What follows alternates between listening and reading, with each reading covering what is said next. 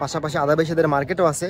আর আমরা কিন্তু কিছুক্ষণ আগে এই যে কাপ্তাই লেকে কিন্তু গোসল করছি। সো আপনারা যদি এখানে আসেন অবশ্যই কিন্তু গোসল করবেন, কারণ এখানে গোসল না করলে কিন্তু অনেক কিছু মিস করবেন।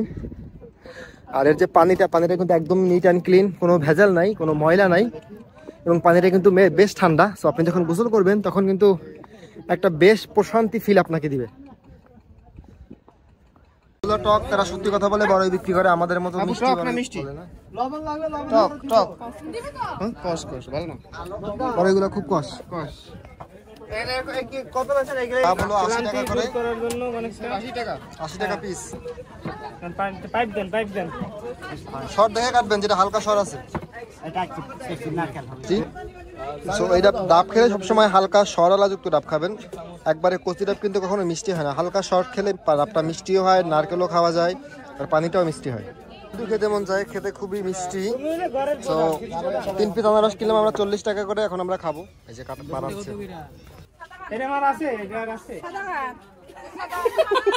কোনটা? এই যে সরি কাপ্তাই লেকে আসলে অবশ্যই যে কোনো রেস্টুরেন্ট বা হোটেলে খাবারের অর্ডার দিয়ে আসবেন, তা না হলে কিন্তু খাবার খেতে হলে 1 থেকে 1.5 ঘন্টা বা 2 ঘন্টার মতো অপেক্ষা করা লাগে। সো লেকে খেতে আসলে এই বিষয়টা অবশ্যই মাথায় রাখবেন। আমরা এখন লাঞ্চ করতেছি, মাছ ভাজা খাচ্ছি। প্রথমে আলু ভর্তা দিয়ে শুরু করব। যাওয়ার সময় যদি দেখতেন তাহলে ঠিক আছে, প্রথমে আকর্ষণীয় রকম এটা কি বার হবে? না না না, বার কেন হবে? এটা হলো কালকে ওপেন করতেছি তো আমরা, কালকে উদ্বোধন। হ্যাঁ কালকে উদ্বোধন হবে, সেইজন্য আমরা মিষ্টি নিয়ে আসছি আমাদের পার্ক এবং ডিসি বাংলায়। আমরা এখন যাচ্ছি, দেখেন ভিউটা খুব সুন্দর, শান্ত সমুদ্রের মতো মনে হচ্ছে। চলুন সেখানে গিয়ে আপনার সাথে কথা হবে।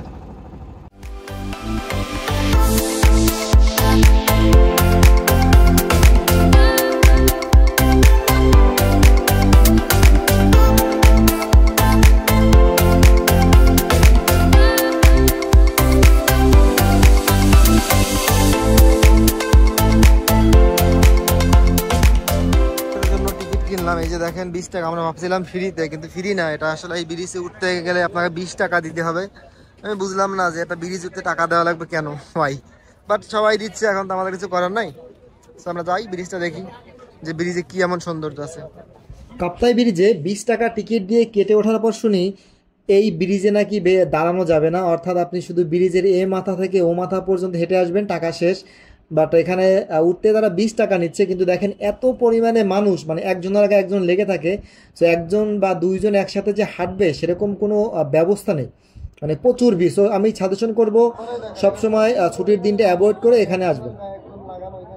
আপনারাই দেখেন এখানে কি পরিমাণে মানুষ, মানে একজনের গায়ে একজন লাগানো, এখানে দেখেন ওই পাশে দেখেন, মানে বিরক্ত হয়ে যাওয়া লাগে। আপনি একটা ভ্রমণে আসবেন, ভ্রমণে এসে যদি এরকম একটা পরিস্থিতি পান, দেখেন হচ্ছে কাপ্তাই লেকে, কাপ্তাই লেকের ঝুলন্ত ব্রিজ দেখেন, ঝোলে ঝুলন্ত ব্রিজ ঝোলে, দেখেন হাজার হাজার মানুষ। আমি একজন 1001 এলো 1001 ব্যক্তি, হলো 1002 জন, 1003 জন। যারা ঘুরতে আসবেন শুক্রবার দিনে অবশ্যই অ্যাভয়েড করার চেষ্টা করবেন, কেননা সবাই কিন্তু চায় শুক্রবার দিনে ঘোরার জন্য। দেখেন মানুষের কিন্তু অভাব নেই, শুক্রবার এরাই আসবে। এখানেও দেখেন আছে কিন্তু কাপ্তাই ব্রিজের মতো মানুষ, অনেক মানুষ। সো যারা একটু রিল্যাক্স পছন্দ করেন তারা অবশ্যই শুক্রবার বা যে কোনো হলিডে দিনে অ্যাভয়েড করবেন। দেখেন মানুষের অভাব নেই।